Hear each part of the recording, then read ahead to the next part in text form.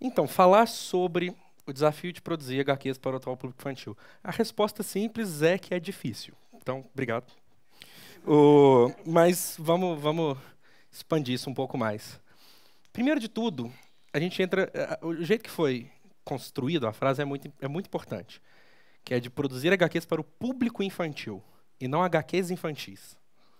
Porque isso a gente já entra num problema inicial que é bem difícil de ver. O que é uma HQ infantil? O que é uma HQ para o público infantil? Vamos colocar, por exemplo, a gente sempre pensa em HQ infantil, a gente vai lembrar de Turma da Mônica, talvez do Menino Maluquinho, ou quem é mais antigo vai lembrar do Bolinha, do Arte e coisas do tipo. Mas as tirinhas que eu faço, Bufas Danadas, não sei quem conhece, não são infantis. Elas não são focadas no público infantil.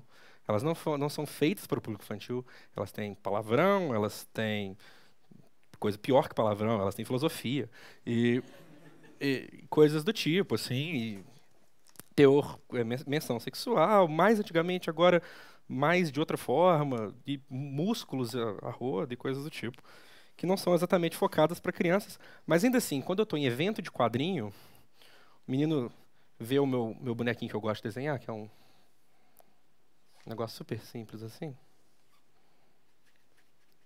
meio estrábico.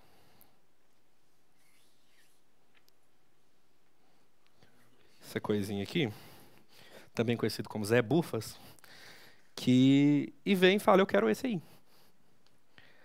E aí? Eles leem, eles gostam. E eles acham graça, e eles acham graça de um jeito diferente dos pais, assim, diferente da coisa. Já tive vários problemas. O meu editor, que é o Damasceno, que é também quem faz os outros quadrinhos comigo, Bidu e coisa e tal, ele propositalmente sempre coloca na segunda ou na terceira tira das coletâneas do Bufo a tira mais pesada que ele achar. Que a ideia é que na hora que um pai pegue e abra, ele fala, eita, não vai rolar não.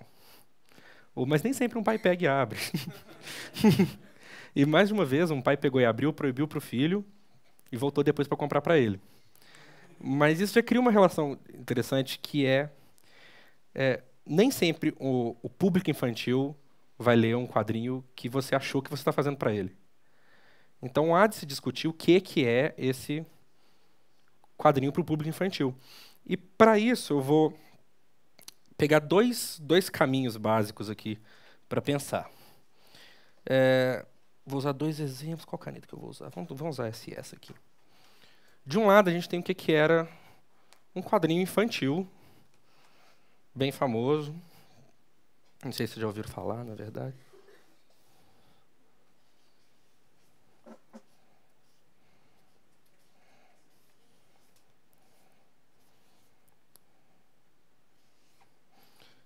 Que é o Batman.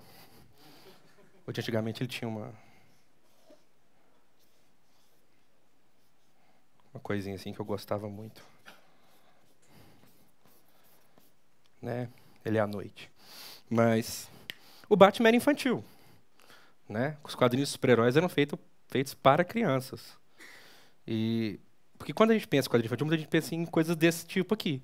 Rostinhos bonitinhos, sorrindo, falando ué! Né? Apesar de que no do Bufas Danadas, normalmente ele fala dor. Mas, curiosamente, é o que o Batman também fala. Né? Nos quadrinhos atuais. Mas o Batman era um quadrinho infantil. Ele atirava em pessoas, ele usava suas luvinhas roxas e tudo mais, mas eram quadrinhos para jovens, assim. Isso no Ocidente. O Batman é um bom exemplo do funcionamento do quadrinho infantil no Ocidente, que eu vou falar um pouquinho mais. E do outro lado aqui, eu vou falar de um exemplo de produção infantil oriental, que pensa de outra forma, que eu acho legal de olhar também. Que é outra coisa que eu gosto muito. Será que também é o Batman?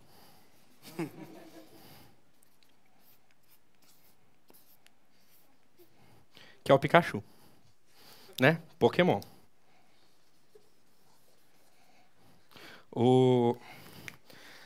Você olha os dois e fala, não são produtos para o mesmo grupo. Né? Mas isso vai dar para a gente pensar em duas formas de raciocínios muito distintas de produção de quadrinhos. O quadrinho ocidental, ele funciona da forma de transição, não só o quadrinho, a produção infantil ocidental. Nós pensamos num produto, um homem-morcego, para um público, meninos jovens, né? Crianças masculinas da década de 40, jovens, vivendo na guerra. Então o Batman usava metralhadora para matar nazista de vez em quando. Mas e que depois são adaptados em outros formatos. Então você ganha o Batman do desenho animado, você ganha o Batman dos filmes. São adaptações daquela mesma história, transformações para outros públicos. Já aqui, nesse pessoal, Pokémon, eu falo de Pokémon porque ele foi o primeiro a fazer isso no Japão. A coisa muda completamente de figura. Você tem um negócio que foi criado como um jogo, em conjunto com um jogo de cartas, em conjunto com desenho animado, em conjunto com mangá, em conjunto com brinquedos de pelúcia, de forma geral. Pokémon é para menino ou menina? Os dois. E, por exemplo, Batman, você sabia que ele era para meninos de 8, 9 anos. Pokémon, ele fazia um videogame para meninos de 8 anos, um desenho animado para os de 7, uns jogos de carta para os de 10, brinquedos para os de 5. Eles não contavam a mesma história, mas eram todos no mesmo mundo com o mesmo exato design. O que isso significava? Que se um menino de 5 estava vendo o desenho, não era problema. Se um menino mais velho estava comprando bichinho de pelúcia de Pokémon, não era problema. Ele estava dentro daquele mesmo universo, está dentro daquele mesmo jogo. E esse é um tipo de pensamento que você não acha na produção ocidental. A gente ainda pensa em vou fazer um produto definido, finito, completo, e aí depois de aceito, vamos ver onde é que eu vou chegar com isso. Eu estou falando isso porque pensar no espectro é o que monta a minha produção. E ter essas coisas no fundo da cabeça foi o que definiu o jeito que a gente fez o Cosmo e o Bidu e coisas do tipo. Então aqui a gente tem um exemplo de um negócio para poucas pessoas que fez sucesso com muitas, um negócio para muitas pessoas que fez sucesso com muitas. Mas a grande diferença é que quando a gente vai pensar em quadrinho infantil, a gente pensa nas coisas que a gente consumia quando criança. Então, por exemplo, se a gente lia esse quadrinho do Batman, você vai pensar em fazer um quadrinho infantil de um super-herói infantil que resolve problemas, né? E resolve crimes com seu ajudante mais infantil, um feto, não sei.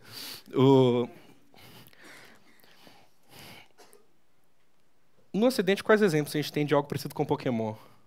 Olha, o mais fácil de achar, vou fazer até aqui em cima, assim, é a Turma da Mônica. Né, aqui não vai funcionar, mas seria tipo Dolo. Mas o Maurício de Souza, ele fez um produto que é para menino ou menina?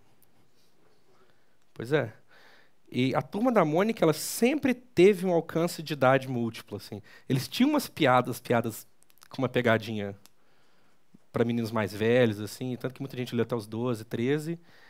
E aí, mas um negócio que funcionava para criança, tava lá, tomando coelhada na cabeça, tomando porradas variadas e funcionando para aquele público todo. E, curiosamente, o Maurício de Souza é fã de mangá, né? Ele é fã do Tesouro. Então você vê umas certas relações acontecendo aí. E isso para a gente foi primordial para o nosso processo, porque tem uma coisa que muito quadrinista fala, que é, pergunta para ele assim, que tipo de quadrinho você quer fazer? Aí o cara fala, eu quero fazer o quadrinho que eu quero ler. Só que se você só lê o Batman, quando criança, e fala, vou fazer um quadrinho infantil, você vai fazer aquela mesma coisa. Eu quero fazer o quadrinho que eu quero ler, então eu vou fazer um menino que os pais foram raptados por alienígenas, e ele ficou muito triste no beco por causa disso, e aí ele viu um papagaio que ajudou ele.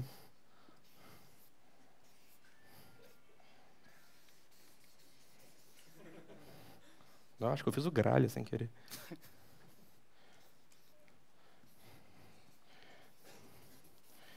Nó, diferente demais. Isso é exatamente o que eu quero ler, mas tem um igual. Mas beleza. E a gente não queria isso. A gente queria fazer o quadrinho que a gente quer ler, claro, óbvio, a gente quer gostar do que a gente faz. Mas se o que a gente quer ler ninguém mais quer, então é ruim. Em resumo. Então a gente pensou desde o início, não, a gente vai fazer algo que funcione, que seja abrangente, assim. O design é importante? É. Pokémon funciona porque, ao mesmo tempo que ele tem os Pokémons super fofinhos, que são praticamente uma bola com mais bolas dentro,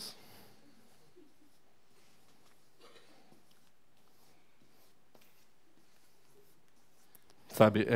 É esse funcionamento de lógica, assim. Depois de 7 evoluções, eles são fincos com mais fincos dentro, né? Aí viram uns...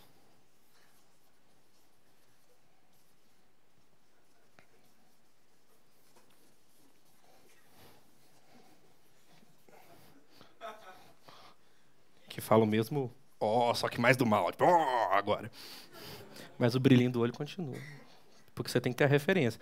Então você funciona, sabe? Vai ter uns meninos que vão falar, deixa, isso é estribado demais, finco, fogo, laser, capoeira.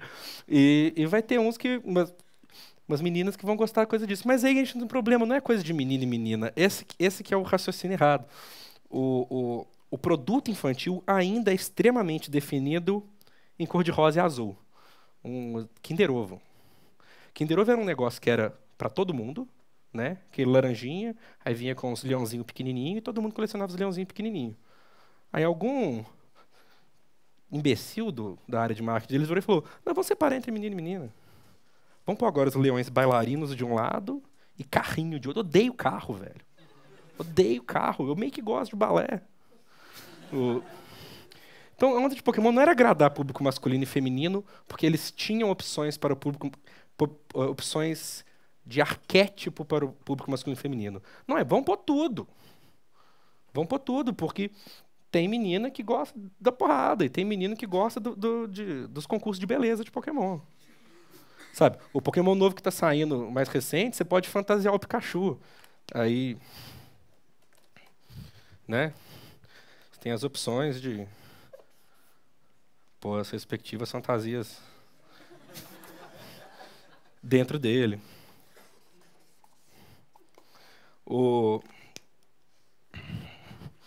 Isso é importante porque não há discussão disso nesse tipo de produto. Mesmo shonen, vamos pensar no shonen. Não sei se todo mundo sabe essa definição. Os mangás todos são definidos em grupos, né? Tem o shonen, que é o menino jovem, o seinen, que é o menino mais velho, josei, que é a menina mais velha, shoujo, que é a menina nova. Mas os leitores de shonen são 50% homens, 50% mulheres, né?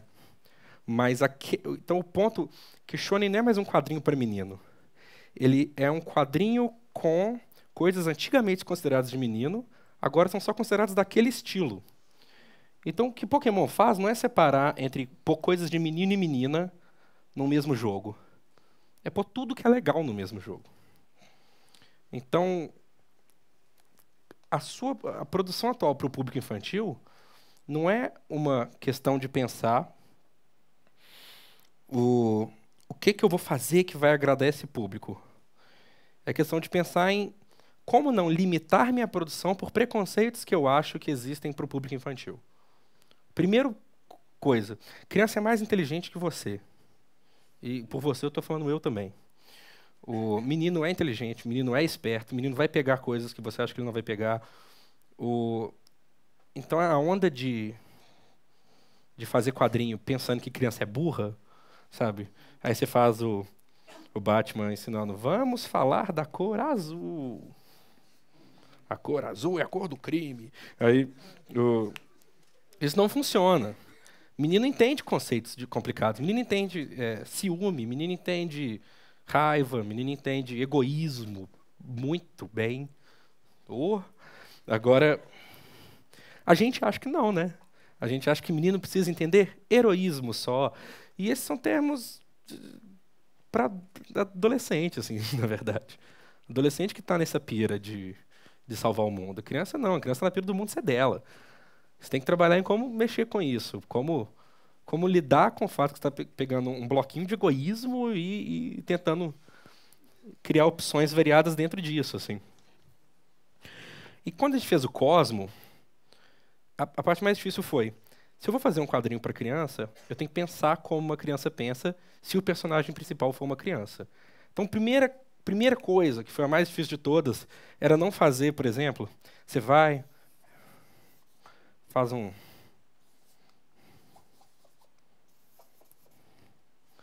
molequinho, né, todo bacaninho. E aí ele tem, nossa, vou pôr personalidade nele, coisa e tal, ele tem umas cicatrizes. Mas, mas beleza, todo simpáticozinho. Aí, não, e aí ele vai conversar e falar sobre o problema social. Se encontra no lobo do homem e quando você olha para o abismo olha e fala, não, bicho, o, o- criança é criança, ela age igual criança, ela pensa igual criança e principalmente ela fala igual criança. E uma das coisas que mais é legal, por exemplo, de Turma da Mônica é que eles falam igual criança, né? O pessoal realmente fala igual criança. Pokémon nem fala. O, o- Se você for fazer uma história com adultos, adultos podem falar igual adultos, porque mas isso vai ser meio ridicularizado naquele quadrinho. Porque de fato o super-herói era, né? Era um bando de marmanjos usando fantasia. Isso sempre foi um pouquinho de piada, até, e não me matem, até o Alan Moore. O Alan Moore ele fez o Watchmen, que é um dos melhores quadrinhos já feitos, mas foi o quadrinho que acabou com a juventude do super-herói. Tá voltando agora. Porque depois do Watchmen, todo mundo queria ser o Watchmen. Então todo mundo queria ser adulto. E apesar de que o que o Alan Moore está fazendo é justamente ridicularizar essa adulteza do super-herói, mostrando como que é besta um cara vestido de Batman com cueca em cima da calça, achando que ele realmente pode proteger o mundo. Só que aí muita gente começou a achar isso sério. E aí esse negócio que era para criança também deixou de ser completamente. E a gente agora vive num mundo onde só isso é para criança. Só só esse design, só galinha pintadinha para criança. Então, ao pensar em produzir coisa para menino pequeno, não não dá para se prender em isso, na minhoquinha de Pokémon. Pô, Pokémon mesmo não se prende. Então, aí eu tô falando isso, mas todos nós somos super fofinhos. Porque o Damasceno ele desenha de forma fofa. O Damasceno ele cuida mais da parte do desenho do nosso. Eu cuido disso aqui, ó. Aí ele vê isso aqui e monta uma historinha com. Mas a gente começou a fazer o Cosmo. Esse foi um problema inicial. Porque o Cosmo, a história do Cosmo era o seguinte: eu virei pro Damasceno e vi um desenho dele. Ele fez um desenho de um menino com um jetpack, né, um foguetinho, a gente falou, nossa, isso é um ótimo personagem. E criou o nome, Cosmonauta Cosmo. Pô, trocadilho, melhor ainda. Maior forma de humor, só para deixar claro. Aí veio o problema e a história. Aí eu vim na cabeça aquela ideia de que criança gosta de várias coisas. Uma das coisas que criança gosta é de ver TV e pedir aquilo que está na TV para os pais. Não vou entrar na discussão da publicidade aqui. Mas E a gente pensou na propaganda de cachorro. Um menino que viu uma propaganda de falando... uma TV falando, não, o cachorro é seu melhor amigo. Ele virando para o pai, eu quero um melhor amigo. E o pai falando, no prédio não pode ter cachorro. Pronto, conflito, né? A chamada para aventura aqui. O, o... E esse era um problema. Isso é um problema que é visual para uma criança, é emocional. Tipo, eu, quando eu era pequeno, eu queria ter um cachorro. Aí meu pai falou não e eu odiei ele por uns 20 anos. Assim. Aí agora, por exemplo, eu tava com minha esposa querendo ter um cachorro e eu falei não e ela teve a mesma reação. O... Então, isso foi um problema que virou palpável. Ele não tentou, ele não virou pro pai e falou, mas pai, vamos pensar na situação que a gente está aqui. Se eu tiver, não, velho, o que ele fala? Ele xinga o pai e vai embora triste, sabe? Só que ele faz, ele volta pro quarto, aí ele lembra que ele é um cosmonauta. Isso está dado. Ele é isso. Ele veste essa roupa. Era o nosso objetivo. Ele é o super-herói do mundo dele. Então ele vira o pai e fala, Alien conta como animal? Aí o pai, não. Então ele, pronto, demorou. Ele pega a nave e vai embora. procurar um melhor amigo em planetas. A gente tem uma sinopse. Mas o que foi o difícil disso? O nosso jeito de fazer quadrinho, eu prometi umas coisas pro Ricardo de uma ordem de fala, eu já saí dela toda. Eu tô com... Desculpa. A vida é assim. O jeito que o Damasceno fazia um quadrinho foram anos e anos de erro, e a gente não acertou ainda. Mas a gente criou um modo que eu viro para ele e falo, Duda, tive uma ideia para um quadrinho. Né, vamos fazer um quadrinho, um cara careca, meio gordo, que é o cara mais forte do mundo, que chama Luiz Felipe Garrocho. Eba! E usa cueca em cima da calça até aqui em cima. É só um bebê. Vem com uma ideia para ele. Aí ele vira e fala, massa. Não dessa, mas... Legal, vamos fazer essa história. Mas por quê? Por que Luiz, o bebê gigante, quer ser a pessoa mais forte do mundo? Sabe, o que há por trás disso? E a gente discute dias do que há por trás disso. A gente discutiu dias por que o Cosmo iria para o espaço. Porque por que diabos o Cosmo vai para o espaço se ele pode ir para a rua? Ele não pode ter cachorro, encontra alguém, velho. Encontra uma pessoa, sabe? Sai de casa, dá uma volta. Isso é um problema. E se você não consegue achar a resposta, seu quadrinho é ruim. Porque você está fazendo uma história seguir as coisas que você quer e não as demandas do seu personagem. Você montou um personagem que tem personalidade própria, tem jeito de agir e vira e faz ele fazer um negócio que não faz sentido só porque a história precisa disso, a sua história é ruim. E a gente tentou não fazer uma história ruim, então foi necessário discutir muito isso.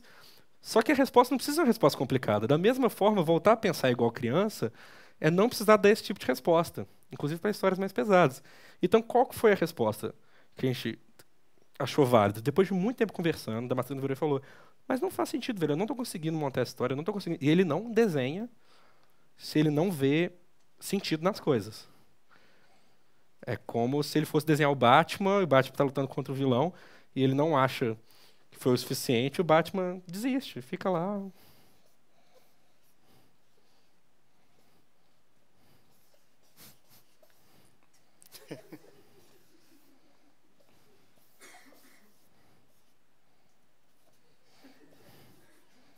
Né? Né. Hoje não. Tipo, o vilão não foi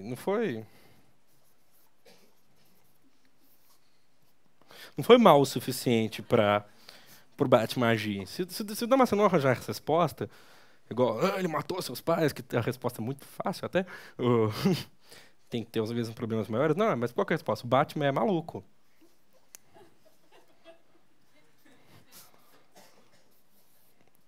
Né? Ele vai sempre animar de ir atrás dos bandidos.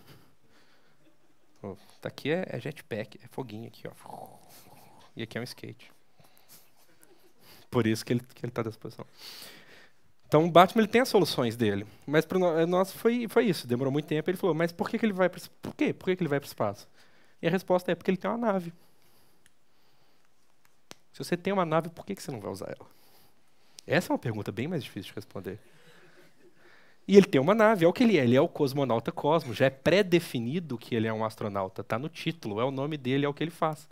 Então ele vai em casa, ele vê os alienígenas, a resposta já está lá. Eu tenho uma nave, é muito mais fácil para ele subir para o espaço do que dar uma volta na rua. Talvez ele nem possa dar uma volta na rua, mas o espaço é território dele. Então isso ficou claro para a gente. Claro que isso acarretou outros problemas, porque como é que se faz uma história inteira no espaço com um menino, para criança, com alienígenas, como é que você vai fazer para ele conversar com alguém quando ele estiver no espaço? Esse foi um problema, porque ele ainda precisa falar pelo menos um pouquinho, senão fica meio maluco, vira talvez ideia muito que é de fantasia. A gente não queria que fosse fantasia. Não era viagem do cosmos, não é imaginação, não. Foda-se imaginação, ele é um astronauta, cara. Ele tá no espaço, ele tem uma nave. Então beleza, ele tem uma nave, a nave fala. A nave conversa. Se tornou um personagem importante, um personagem necessário, que é a figura da mãe, assim. Mas a nave ficou legal demais. Ela ficou muito legal, ela virou um personagem muito divertido. E aí, por que ele vai procurar o melhor amigo no espaço se ele tem a nave? Então são problemas que surgem, são problemas bons, assim. E quando um problema desse aparece, você não pode falar assim, não, deixa pra lá, ele já tá no espaço, vamos continuar assim. Não, a nave tá legal. Você vai estragar o personagem? Não, isso é a pior decisão possível. Então a ideia foi transformá-la mais numa mãe do que num amigo. E mãe e pai são ótimos, mas eles não são o melhor amigo. Porque você não faz coisa errada perto deles. Então tudo que a gente precisava era do Cosmo fazer uma coisa errada e a nave falar, pô, te cuida, menino. E ela fala isso uma hora e você tem uma solução de uma frase dela falando, coloca o cinto, que já cria dinâmica. Então decisões e problemas para o público infantil, na verdade, basicamente eles exigem que você pense como criança. E é muito fácil se você lembrar que você foi criança por muito tempo, provavelmente. A não sei que alguém que realmente foi rápido, direto, assim, dos 2 pulou para os 20 sem nem perceber, mas é provável que você fez cocô na calça, coisa do tipo. E, curiosamente, é mais provável que você não lembre. É, todo mundo lembra de gritar para a mãe limpar a bunda, mas ninguém lembra do ato dela limpando. Memória seletiva é um negócio maravilhoso. Então, as decisões de design, elas são muito menos decisões, né, de apelo e contraste, apesar de serem importantes. Fala um pouquinho de apelo e contraste, né? É um negócio que eu não sei se todo mundo conhece. Isso aqui é apelo. Isso é apelo.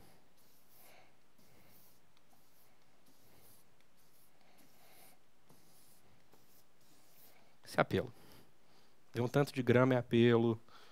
Posso até fazer assim, ó.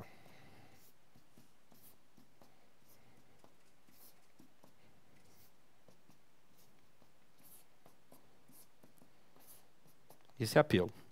Apelo atrai, apelo é calmo, apelo distrai.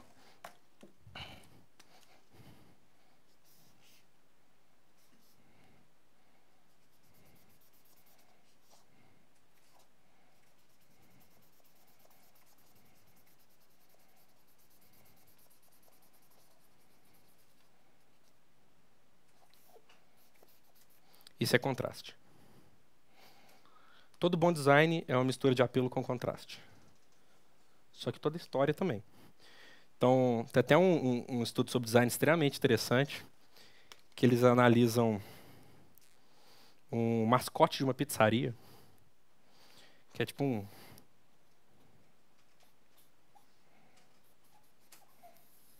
gordinho, assim.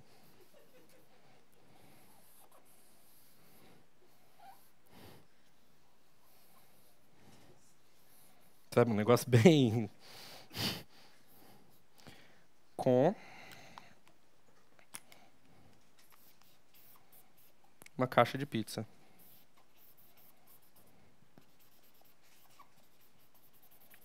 E é o exemplo perfeito de apelo e contraste. Ele é agradável, é uma figura interessante de se ver, se sente atraído, mas o que está em destaque é a pizza.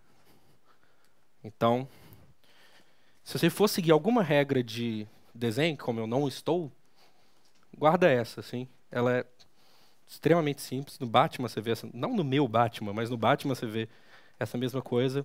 Até porque eu não sou desenhista, então eu não vou ficar falando demais de desenho. Mas seguindo isso, você já consegue montar bastante, meio que tudo que você quiser. Voltar então um pouco a falar do processo. Passada essa etapa da briga e discussão, término do relacionamento entre amigos, a gente começa realmente a fazer a história. O que para mim significa, eu pego umas páginas, passo uns quadradinhos dentro dela,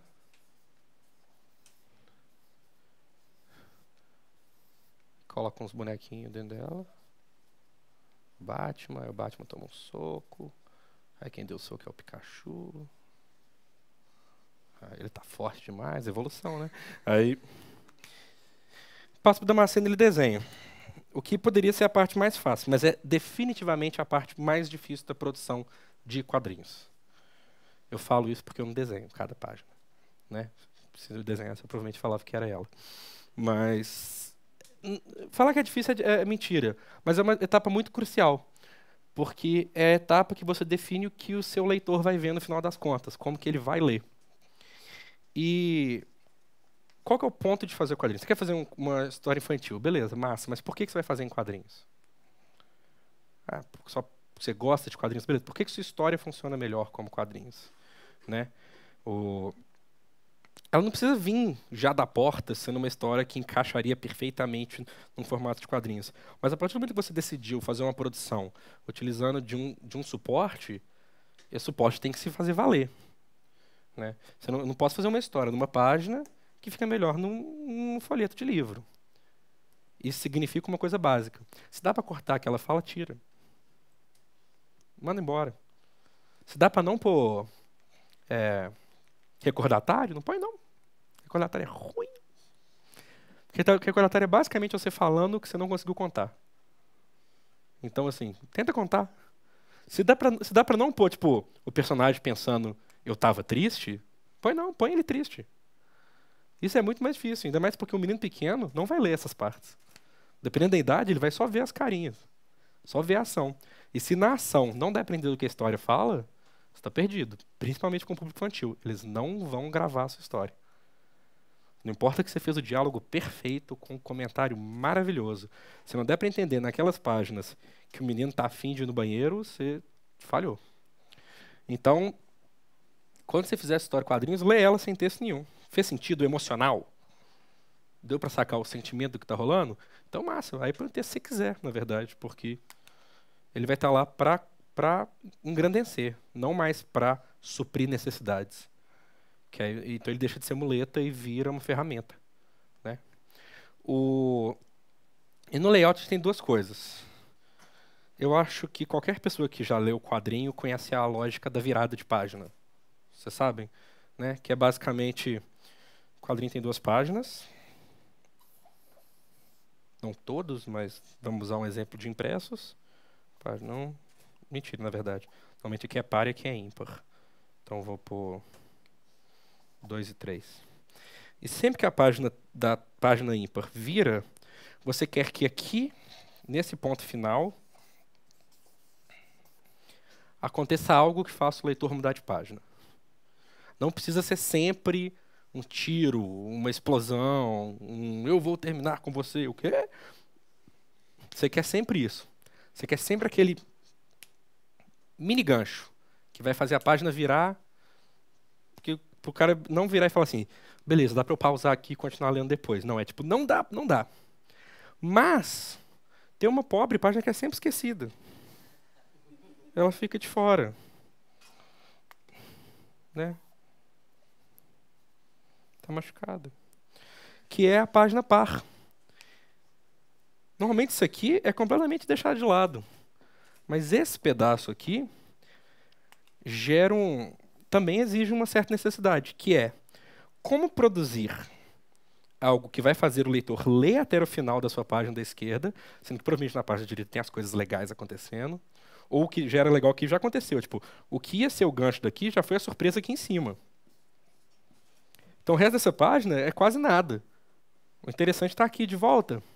Então o que você coloca aqui, que tem que ser interessante só o suficiente para fazer o cara ler de cima, mas ao mesmo tempo para não dar a impressão de que ele desceu o olhar e subiu de novo. Isso é chatíssimo que eu estou falando, desculpa vir com esse assunto, mas é uma coisa extremamente importante para o público infantil. Porque são eles, eu estou falando de experiência própria. Quando eu era criança, tinha página que eu pulava leitura. Pulava, estava lendo quadrinho, estava vendo os quadrinhos, eu não lia os balão, aí o negócio nada rolando e eu pulando, assim, de vez em quando eu vi que eu não entendi o que aconteceu, assim.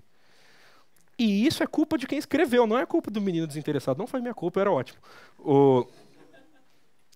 Porque o que você quer que aconteça aqui é quase que um semi-gancho.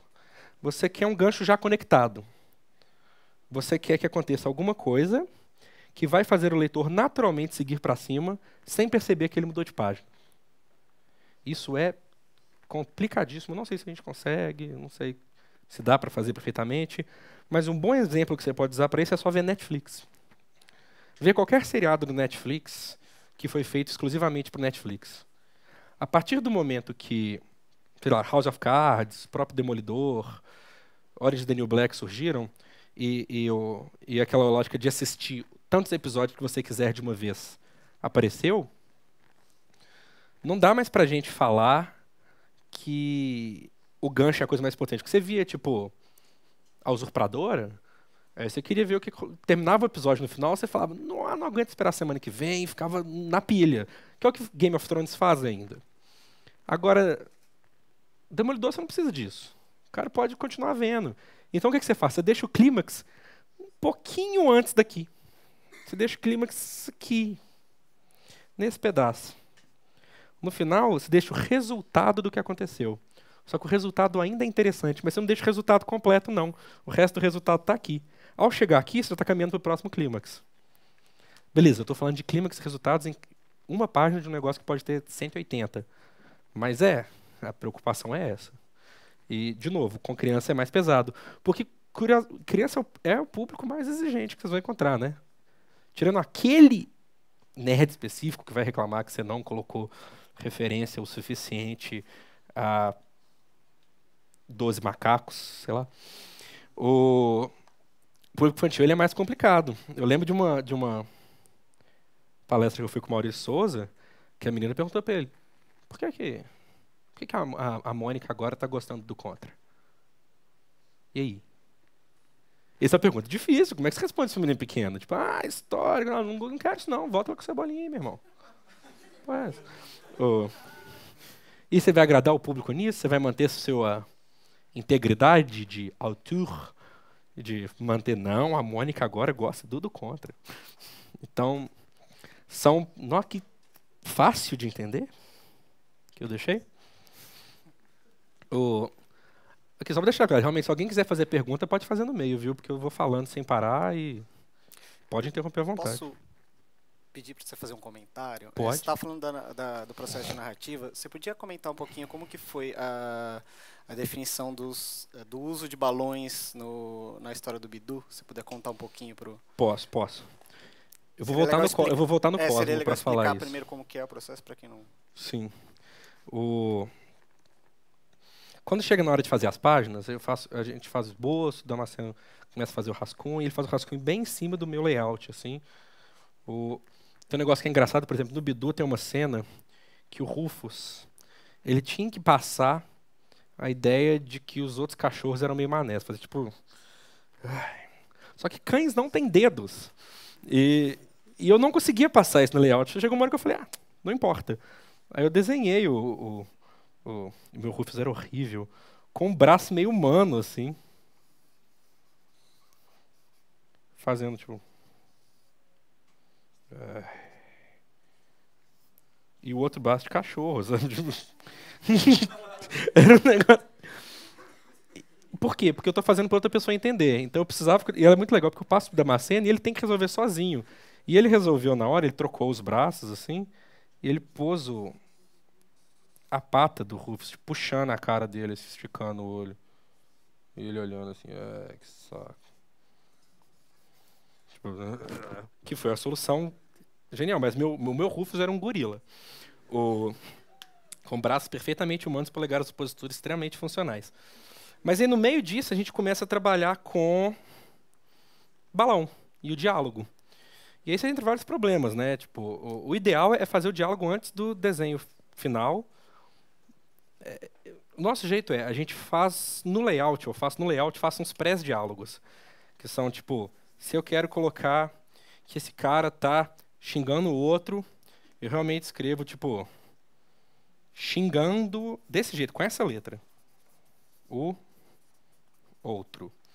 Eu ponho só uma leve sensação do que eu quero que fale, assim. E depois... Mas é por quê? Para você saber onde vai ter balão na hora de desenhar, para não ter que desenhar à toa. Isso é bem importante. Desenhar à toa é ruim. E a gente passou isso muito no Achados Perdidos. Fazia cenários ótimos, aí desenhava um balão de todo tamanho, tampando 2 horas de desenho. Mas... E aí, na escolha dos balões, o Damasceno ele tem uma regra específica que balão não sai do lado da criatura. Os balões eles saem de dentro da boca. São realmente a fala dessas figuras. E ele também não gosta de usar intensidade com caixa alta, ou negrito e coisa e tal. Ele muda a cor da letra, ou ele simplesmente, você quer fazer um grito? Você põe um grito. Você explode o balão. Porque o balão também é uma ferramenta narrativa. Né? É uma das suas ferramentas mais importantes. Igual eu falei, a partir do momento que ele não é a sua muleta, ele é a sua ferramenta. Então você vai explorar ela para contar variações da sua história. Aí isso foi na Chata Expedition, a gente começou assim. No Cosmo a gente começou a explorar as onomatopeias. Para ser uma onomatopeia física, o som tinha que ser algo que você sentia. Então se você dava um soco, né? Vamos dar um soco no Batman.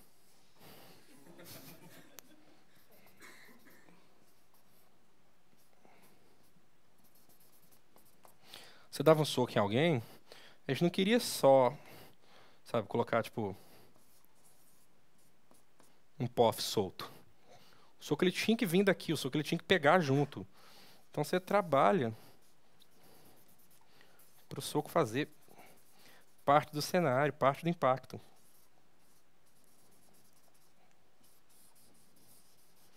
Sabe, ele está entre a mão e o Batman, é de lá que o som vem. Palavras quebram, palavras derretem, palavras escorrem, palavras... Porque não adianta, quadrinho é só visual. Apesar de eu achar desperdício ter música. Mas quadrinho é só visual. Então, o som é visual. E o som ele tem tantas modulações e tantas variações que a gente continua, sabe, resolvendo um raio com um cabrum normal. Eu não estou falando só para, tipo, fazer, não, então em vez de um cabrum normal, o A vai ter um raiozinho aqui. Demorou. Não. O que significa isso? O cabrum é mais visível que o raio, na verdade. E ele vem depois da luz. Então ele não é claro. O cabrum ele não cai exatamente junto com o raio. Como é que você vai resolver esses problemas? Como é que se resolve um problema sonoro de algo que é contínuo? Chuva. Como é que fica esse som? Você vai pôr só, tipo... num canto? Não, você vai ler mangá, porque eles sabem fazer todas essas coisas. E One Punch Man, especificamente, sabe fazer todas essas coisas e mais um pouquinho. E aí chegou no Bidu. E no Bidu, o Sidney exigiu da gente a seguinte coisa. Ele exigiu depois de muita... O Bidu foi muito difícil de passar. Eu converso com os outros autores que fizeram Graphics MSPs, eles sempre falam, não, eu mandei o roteiro, o Sidney aprovou. O quê? Ele aprovou? Assim? De boa? A gente mandou uns 9 roteiros que foram e voltaram. Porque de início a gente pensou em fazer uma história onde o Bidu ele era parte da cidade, a Dona Pedra, ela era a cidade, e ele era amigo da cidade. Ele é quase o Batman. E aí ele virou pra gente e falou, não, velho, vocês vão pôr a Dona Pedra. Porque tem criança lendo e elas precisam reconhecer os personagens. Então a gente estava sendo extremamente burro. Porque a gente estava não seguindo as coisas que a gente colocou pra gente no Cosmonauta Cosmo. Você está falando da visão do editor, né, do Sidney Guzman, que editou o Sidney Guzman que editou. Então é a visão do editor em cima do trabalho. Sim, que foi extremamente necessária. Porque a gente estava caindo em todas as armadilhas de rato do autor. A gente queria fazer a história que a gente queria contar, e ela não era uma história do Bidu. Ela era uma história de qualquer coisa. Se a gente trocasse o Bidu pelo Batman mesmo, funcionava. Se a gente trocasse o Batman pelo um Zé Ruela, funcionava. Não, a história do Bidu tem que ser referencial a quem? Ao Bidu. Ele tem um grupo de leitores que merecem ser privilegiados. Assim. O Bugu tem que aparecer, ele tem que falar alô mamãe. Tem alô mamãe, não sei quem leu. Tem alô mamãe, tem uma série de coisas. Nesse tipo de história, easter egg não é um bônus. Ele é tipo um alô, assim, é quase um agradecimento, é um tirar o chapéu para aqueles leitores que vieram lá de trás e continuaram. E o Sidney foi e falou, não, vai ter cachorro, vai ter as coisas funcionando desse jeito. A gente falou, massa, mas a gente não quer por recordatário, a gente não gosta de recordatário. Mas como é que funciona isso numa história com o Bidu, com o animal? Como é que vai servir a diferenciar? Porque nas histórias do Bidu, ele nunca estava junto. Você tem a história do Bidu de pé e do Bidu de quatro.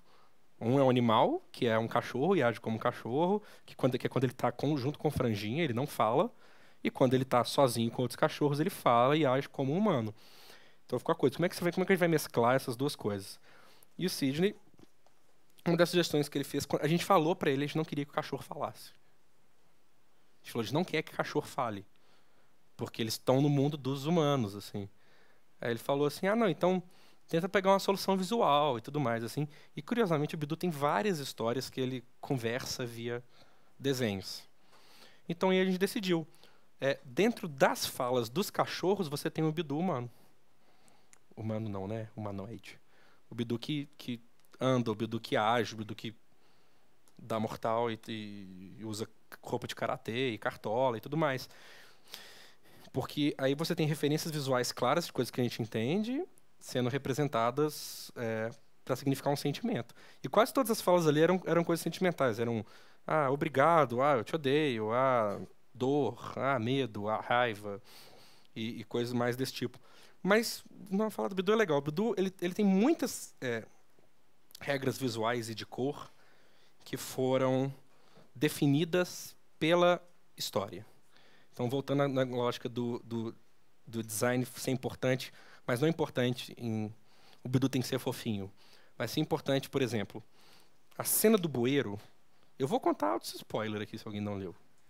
Foi mal. Mas a cena do bueiro, a gente deixou... Quando a gente começou a fazer a história do Bidu, a última decisão que a gente falou, a gente não quer vilão. Foi feito um pedido pra gente. Não, gente, isso é uma história de cachorro, vai ter que ter carrocinha, vai ter que ter o cachorro bravo, né, o King Kong Jr. ali, vai ter que ter essas coisas todas. E a gente falou, tá, isso é uma demanda, mas então vamos fazer do nosso jeito. E a gente nunca gostou da ideia de tratar, por exemplo, carrocinha como vilã, sendo que a briga de cachorro é uma das coisas mais legais que tem hoje em dia. A gente nunca gostou muito da ideia de ter um inimigo, sabe, um antagonista principal. Então o que a gente falou? Não, o vilão é o Bidu. E ele é o vilão da história. A grande maldade da história que é feita, a grande figura que é extremamente egoísta e age só pelas suas questões pessoais, mesmo justificadas de certa forma, mas ainda sendo ruim, é o Bidu. E a gente mostra isso na história com cor. O mundo do Bidu se colore e se define de acordo com, vamos dizer assim, o karma dele, de certa forma. Né? O mundo dele é colorido enquanto ele é o dono do carro. Começa a se escurecer quando ele se vê abaixo dessa posição de poder. Fica vermelho e nervoso quando ele se coloca numa posição de poder, mas como o adversário. Fica cinza logo após isso, porque é quando ele fica sozinho. E volta a ser colorido quando ele se resolve. Apesar de que ele, no meio disso, não está passando por essas coisas. Ele está no final, ele é o mais avacalhado. Fisicamente, ele está mais avacalhado do que nunca, assim. Todo machucado, molhado e tudo mais. Então, de novo, contraste e apelo como condições de história também.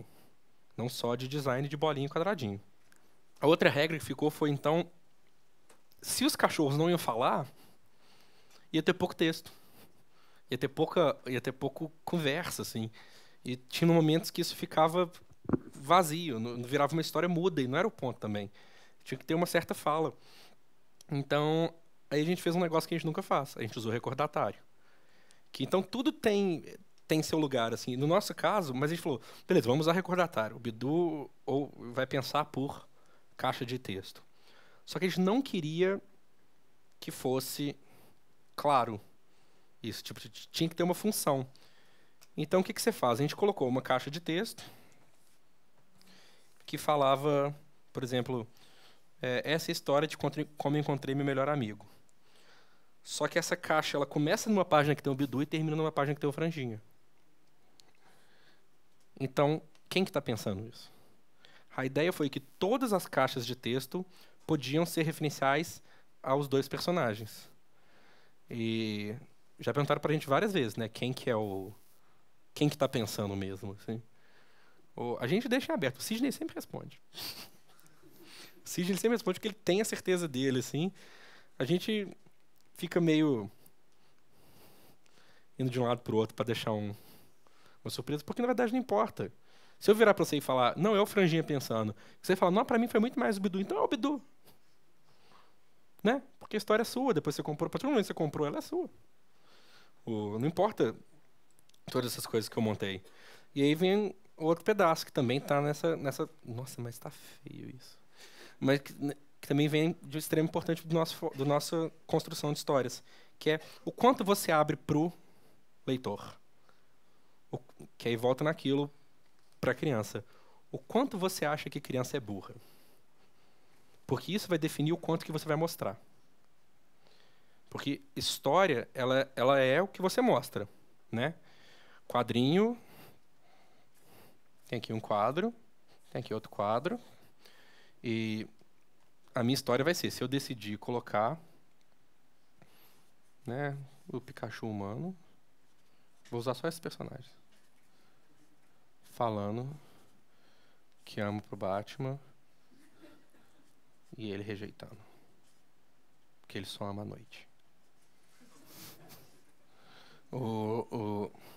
Então, o que eu coloquei nesses dois quadros faz um quadrinho. Não, de forma alguma. Tudo isso que eu falei é mentira.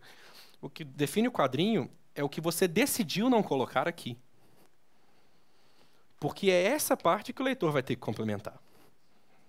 As partes que você mostrou estão lá, ele sabe o que é, ele está vendo. Agora, as partes que você decidiu deixar de fora são que vão montar toda a questão de interpretação que rola na sua história. É a sarjeta, né? Que é o nome que... Não gosto desse nome não, mas é o nome oficial. Por exemplo, temos esse quadro. Esse quadro é um quadro claro do Batman tomando um soco. Alguns vão colocar uma caixa de texto, né? Batman toma um soco. Ou então, o Batman pensando, nunca senti uma dor tão horrível, então no soco nem doeu. Qualquer coisa que eles vão achar que explica melhor no texto do que no coisa. Mas, dá pra gente montar essa mesma cena em dois quadros com... Né? Você põe um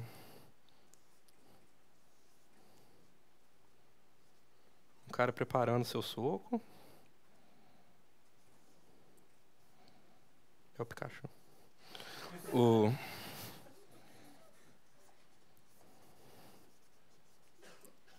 Né? Falando, né? Toma. E no outro quadro, suponho que eles estão num parque. Só uma árvore com as folhas caindo assim, tremendo um pouquinho. E aqui no canto, assim, ó. Pá. Você não precisa mostrar o Batman tomando soco. E esse soco tem uma importância extremamente diferente desse soco. Esse é o soco que é importante para o cara que dá, que é importante para o cara da história. Esse aqui pode ser também, mas ele não é importante para o mundo. Para o mundo ele é irrelevante. Então, o que você vai decidir não mostrar, vai mostrar muito mais sobre sua história. E isso volta para a criança, porque muita gente acha que criança, se você não contar A, B, C e D e mostrar linearmente todos os acontecimentos, elas não vão entender. E isso é uma enorme mentira. Tira as coisas de cena, põe os segredos, põe para fora. É igual eu estava conversando com alguém mais cedo, é a famosa cena a cena de sexo quando não pode ter. Que são duas pessoas, elas se abraçam, caem na cama e a câmera sai. Mesma coisa, duas pessoas na cena de briga que não pode ter. Elas se olham, preparam um soco e a câmera sai. Mas o quadrinho, ele permite isso, né? Você tem muitos espaços de vazio. E, em geral, a gente usa ele só para separar, tipo, velocidade, separar time, separar transição de cena. E não. O que esse negócio separa é qual é a sua intenção, principalmente. Porque o que está aqui é o que você não está contando, é o que você está concordando. É o que você virou e falou. Então, isso eu concordo que você vai conseguir desvendar. E por conseguir, não é desvendar o que você pensou, é desvendar o que você, a sua própria história, aquela que você montou. A diferença toda é que você tem que fazer isso dentro de limites, né? Você não quer que um cara leia a sua história sobre romance e compreenda ela como uma apologia ao fascismo, porque isso vai ser ruim para você, né? Preso e tudo mais. O...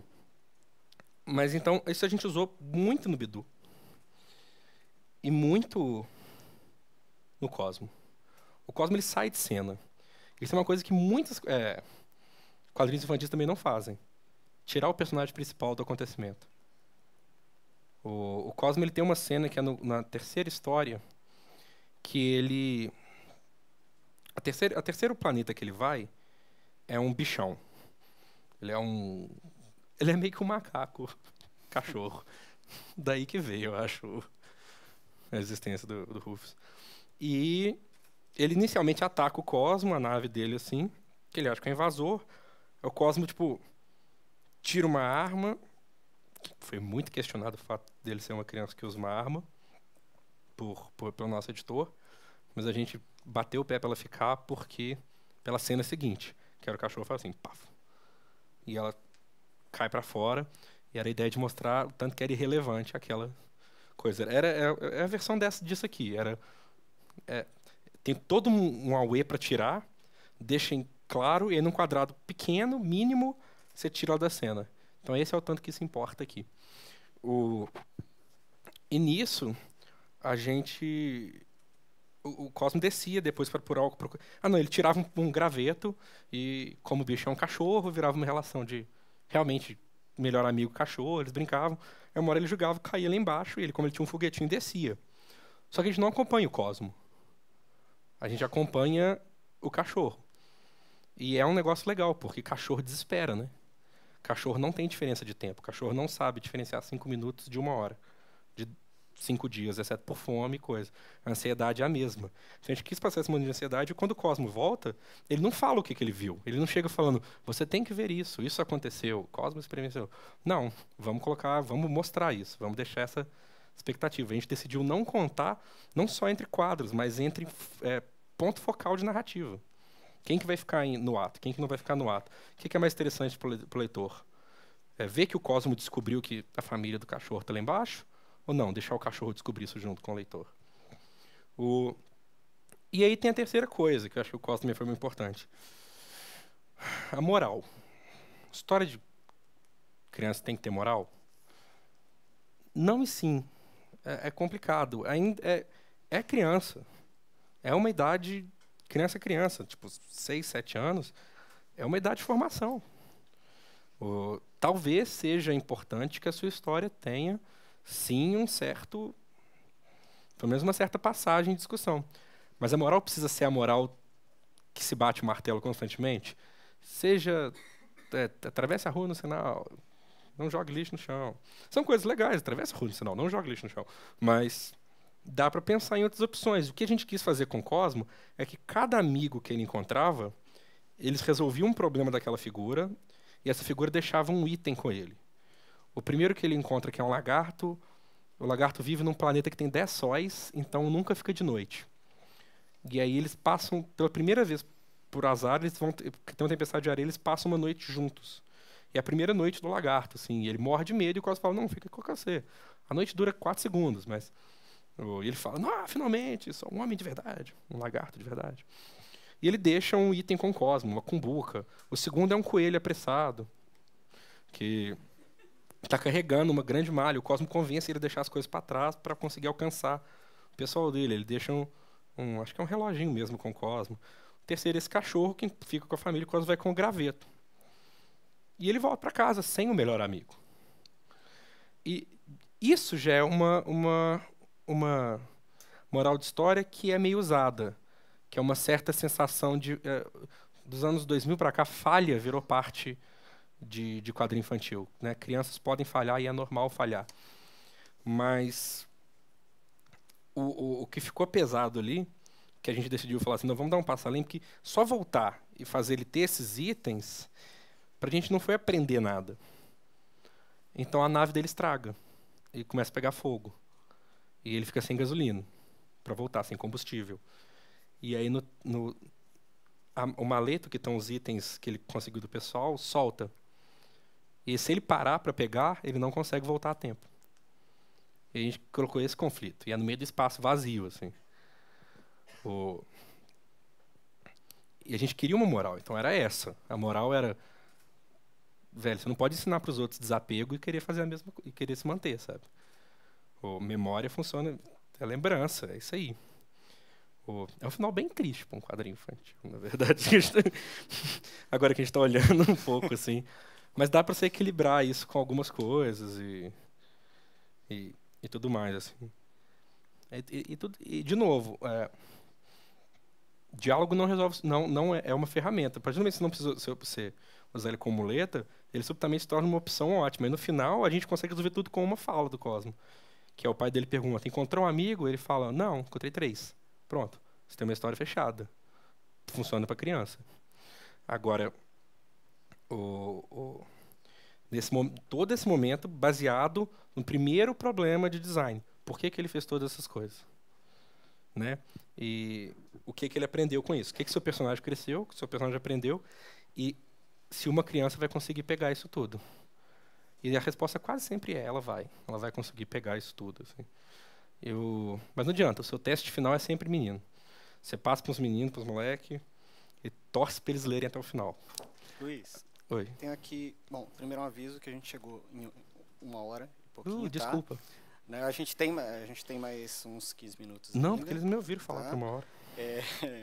E dentro dessa linha que você estava falando, tem uma pergunta do Bruno Freitas, que pergunta: o que fazer quando você produz HQ para criança de 10 e acerta o público de 20 anos, ou vice-versa?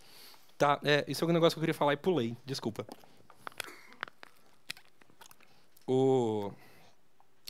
Esse é o problema do shonen, né? Eu leio One Piece, até hoje. Começou a sair um mangá novo aí que chama Boku no Hero Academia, que eu achei maravilhoso. Achei sensacional, acho demais os meninos com super-heróis, socão, poder, do caralho. Mas o ideal é manter. Quem que fez a pergunta? Desculpa. Opa, bom. Mantém. É tipo assim, se o público mais velho está gostando, não quer dizer que seu quadrinho é ruim, pelo contrário. Né? Ele é bom, porque tem gente que gosta. E nunca foi problema para o público adulto gostar de coisa infantil. As produções que são feitas achando que criança é só criança, eles inventaram um negócio que eu sou extremamente contra, que é a ideia do tipo, a gente faz um negócio para criança, mas adulto pode ver também, porque a gente põe umas piadas que só eles vão entender. Isso é uma bobagem. Se adulto lê coisa que é para criança com piada só para criança e gosta do mesmo jeito, sabe? Se você quer, é uma bobagem não colocar as piadas. Coloca, se for uma piada boa, se funcionar, coloca. É uma bobagem achar que isso é o que traz o público adulto, né? Porque não é. Eles estão lá porque eles gostam da mesma coisa que eles liam quando criança. Principalmente nesse quesito do shonen específico assim, vale ler os shonens atuais. Eles têm uma pegada diferente. Por exemplo, você lê One Piece, você lê essas coisas mais antigas, o personagem principal era de duas uma. Ou ele era o burro, que usava a sua cabeça durice como parte do valor moral dele. Tipo, não me importa que você fez coisa errada, você é meu nakama, então a gente vai fazer as coisas juntos. Ou o inteligente que parece frágil, mas é muito forte. Mas a ideia toda era essa. Agora não. Os shonens mais atuais trabalham muito mais com a ideia do inepto que se torna apto por esforço. Você lê Boku no Hero Academia, você lê Black Clover, você lê... A grande maioria desses é gente que consegue as coisas por trabalho e não mais por comer um fruto, filho do maior herói de todos. Tipo, você tem que ter pegada do destino um pouquinho. Ela pega. Mas, por exemplo, essa é a comparação do Homem-Aranha. Por que o Homem-Aranha não funciona mais? Uma história do Homem-Aranha no colégio. Porque nerd não é mais paia. Nerd não é mais um negócio 100% ridicularizado. Assim.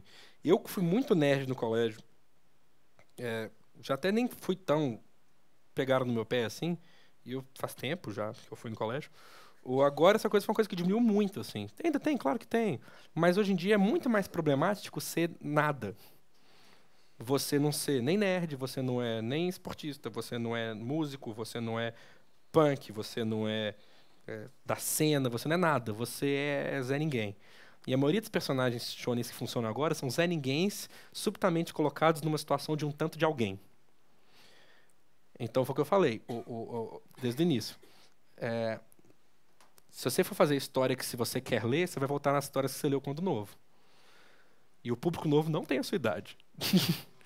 Então você tem que ler as histórias que eles estão lendo agora, se você quiser realmente pegar eles, eu tô falando. Mas a ideia não é escrever a mesma coisa que você lê. É ver o que daquilo que você tem que é bom, dessas coisas novas que é bom, que você pode absorver e usar. Só para deixar claro, tudo isso que eu falei meio acadêmico, chato de coisa, não é algo para se pensar enquanto faz uma história. É algo para se pensar enquanto não faz uma história. Porque quando você fizer, você já pensou isso. E já vai vir. Quando você soube que queria investir realmente na área de quadrinhos, foi difícil a decisão? Tem um pouco a ver com aquilo que a gente tinha falado de fazer, que a gente pulou, que é contar um pouquinho de como que você foi parar nos infantis. Tá. Vou fazer a versão longa disso, não. Não, a decisão de fazer quadrinho não foi difícil. A decisão de continuar a fazer quadrinho foi. Eu decidi fazer quadrinho mesmo foi novo. Meus pais eram divorciados. E aí um dia eu fiquei muito doente em casa. Não fiquei muito doente, não. Eu gostava de esconder quando meu pai ia me visitar. E eu pulava nas costas dele, assim, ei, pai. E eu tinha uns 8 anos. E um dia eu pulei feio, ele já estava velho, ele que machucou as costas, ele me xingou. E eu, menino novo, eu não virei para ele e conversei, pai, eu me senti mal pela situação. O que eu fiquei? Eu fiquei doente. Porque é assim que funciona com criança. Você internaliza ou você externaliza não do diálogo. Aí eu fiquei doente, ninguém sabia resolver, estava com enxaqueca pesada. Aí meu pai me visitou com um livro do Calvin Haroldo. Felino Selvagem, Psicopata e Homicida, que a capa era o Haroldo pulando no Calvin. Eu acho que eu melhorei em 8 segundos, assim. E desde então, Calvin Haroldo é meu quadrinho favorito. Eu acho que é a melhor coisa em quadrinhos já feita. E eu acho que eles são um pessoal cara que soube começar, soube fazer o mês, soube terminar, principalmente, que é um dos maiores problemas. E eu lembro que ali eu falei, eu quero fazer isso aí. Quero fazer negócio que faz os outros parar de ficar doente. E o tempo foi passando, eu fui querendo fazer quadrinho. Deu 19 anos, não, 17 anos, aí rolou o vestibular e rolou essa pressão universal de não fazer o que você quer, mas fazer o que você deve. E eu desisti. E aí eu larguei e fui fazer faculdade de História. Passou uns 2 anos, fiquei uns 4 anos sem desenhar. Aí eu conheci o Damasceno num bar, tomamos cerveja, decidimos fazer o quadrinho e voltou. E aí eu formei em História e trabalhei pouquíssimo. Eu trabalhei muito com História quando eu estava no curso de História, não trabalhei com História quando eu formei com História. Que eu acho que eu esqueci de falar isso para você, desculpa. Eu formei em História, exatamente, eu formei, eu me mudei para casa do Damasceno e a gente fez o Achados Perdidos. Foi imediatamente. Então, desde que eu formei, eu sou quadrinista. Só que depois de alguns anos, você vê que o bicho pega, né? Até você fazer um negócio que vende bem é para dar muita sorte, não é? Pô, o que a gente conseguiu fazer com o Bidu é sorte. Tipo, é uma oportunidade que cai na mão e a única opção que você tem é aguentar o tranco. Porque se você não fizer, você não vai ter outra. E vale a pena? Vale. A gente deu sorte? Deu. Outras pessoas vão dar sorte também? Vão. Só que é muito comum você ter sorte e achar que você não aguenta o tranco. Que foi o que eu achava antes. Então, a minha decisão pessoal de fazer quadrinho foi não fazer quadrinho sozinho. Eu não acho que eu sou bom sozinho, tá, né? Dá pra ver. E foi fazer quadrinho com outras pessoas que cobrem justamente as falhas que eu tenho. Mas o que dá para fazer, o que não dá, não dá para você viver 100% de quadrinho. Eu acho que essa pergunta ia acabar sendo sequencial, assim. Não dá, exceto se for umas 4 ou 5 pessoas que tem por aí, e uma delas é o Maurício Souza. O que dá para você fazer é viver como quadrinho como central. é equivalente a um fotógrafo que tira foto de casamento, tira foto de cachorro, mas o que ele quer fazer é, vamos supor, tirar foto de gente jogando futebol. Ele não pode fazer isso sempre. Então ele faz coisas que são relacionadas à fotografia, que vão melhorar a habilidade dele, vão melhorar o conhecimento dele e vão servir para engrandecer o trabalho dele como fotógrafo, que eu faço como quadrinho. História ajudou muito. Eu voltei a fazer todas essas coisas que eu discuti de produção foi do mestrado que eu estou fazendo agora em comunicação, que eu estudo Pokémon, inclusive, virar mestre Pokémon.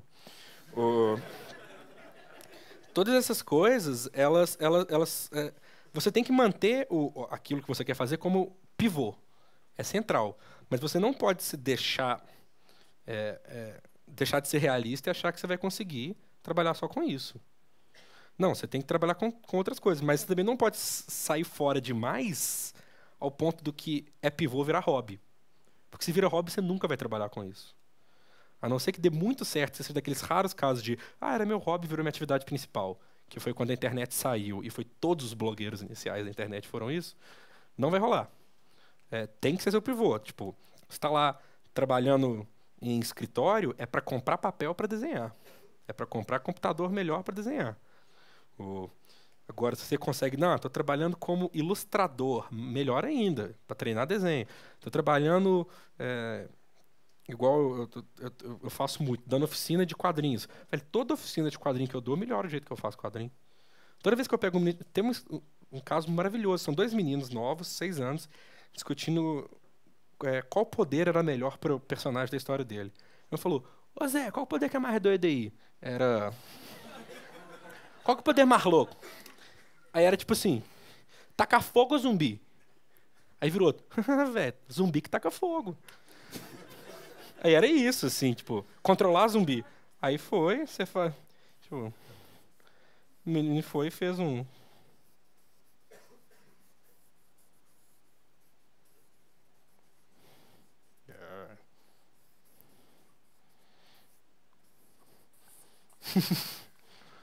né? Ótimo, perfeito, sensacional. Ele tem um exército de zumbis que ele controla. Ele não controla o fogo, os zumbis controlam isso, mas ele controla os zumbis.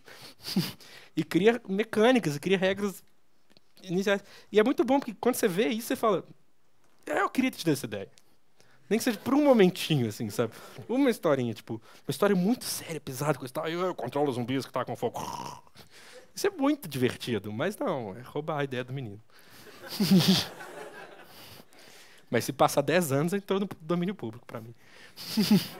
Então aproveitem aí. Você podia comentar um pouquinho sobre a opção, eu não sei, não tenho certeza agora se todos os seus quadrinhos, mas boa parte deles é via licença Creative Commons. Sim. E a relação que você e as duplas que você faz tem com a internet e rede social também. Sim, então, a gente tem, eu, Damasceno e o Ricardo, a gente tem uma regra de que quadrinho foi feito para as pessoas lerem. E qualquer tentativa de limitar o acesso da sua produção ao consumidor é ineficiente. Esse é o jeito mercadológico de dizer. A gente, na verdade, só acha que tem um ideal todo por trás. Mas, então, tudo que a gente produz, que a gente tem o controle sobre, é liberado.